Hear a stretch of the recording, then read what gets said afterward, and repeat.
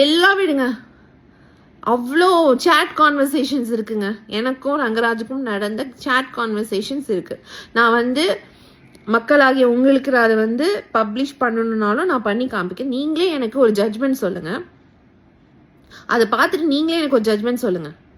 அதில் ஃபுல்லாக வந்து லவ் யூ பொண்டாட்டி, லவ் யூ பொண்டாட்டி, love you Thangam, miss you, நீ இல்லாமல் நான் இருக்க மாட்டேன், 12 வருஷத்துக்கு அப்புறமா எனக்கு ஒரு சோல்மெண்ட் நீ கிடச்சிருக்க, உன்னை எந்த ஒரு ரீசனுக்காகவும் நான் லூஸ் பண்ண மாட்டேன், எனக்கு நீ வேணும், என்ன நடந்தாலும் நம்மளுக்குள்ள யார் வந்தாலும் நான் உன்னை விட்டு கொடுக்க மாட்டேன் அப்படி சொன்ன அந்த ரங்கராஜ் பிளாக்மெயில் பண்ணி தான் அந்த மெசேஜ் எனக்கு அமிச்சாரா?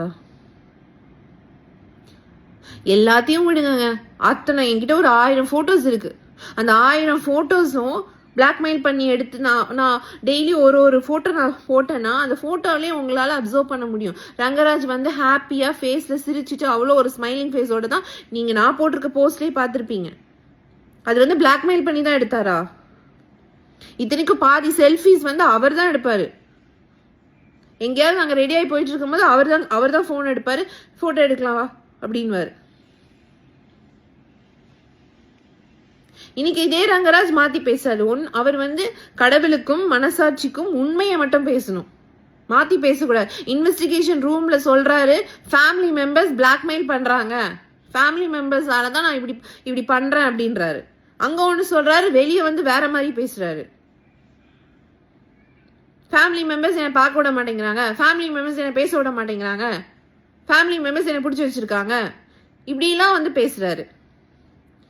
நான் இப்போ வந்து பிஸ்னஸ்க்காக நான் வந்து இதை பண்ணிட்டு இருக்கேன், பிஸ்னஸ் கெட்டு போயிடும், அதனால ஃபேமிலி மெம்பர்ஸ் பேச்சை கேட்டுட்டு இருக்கேன்.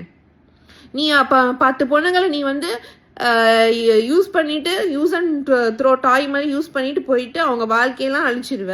கேட்டா பிஸ்னஸ்க்காக நான் வந்து இப்படி பண்ணிட்டேன் அப்படின்றியா? உன் குழந்தை NICUல கஷ்டப்பட்டுட்டு இருக்கு. ஆனா நீ அந்த குழந்தைய இன்னைக்கு கொச்சப்படுத்தி ஒரு ஸ்டேட்மெண்ட் போடுற. அந்த கண்ணீரும் சாபமும் உன்னை சும்மா விடுமா? விடவே விடாது.